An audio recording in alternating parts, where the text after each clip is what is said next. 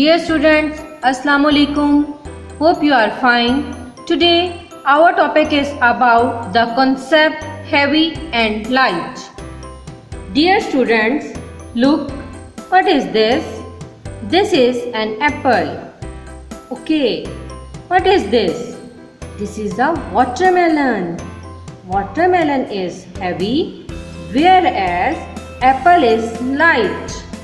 Oh, this is a chick and this is a duck. They both are sitting on seesaw. Duck is heavy, whereas chick is light.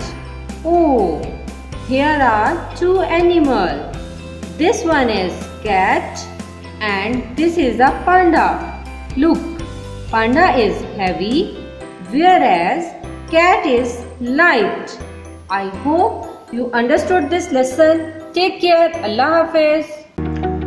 Dear students, please subscribe our channel, press the bell icon, like, share and comment the videos.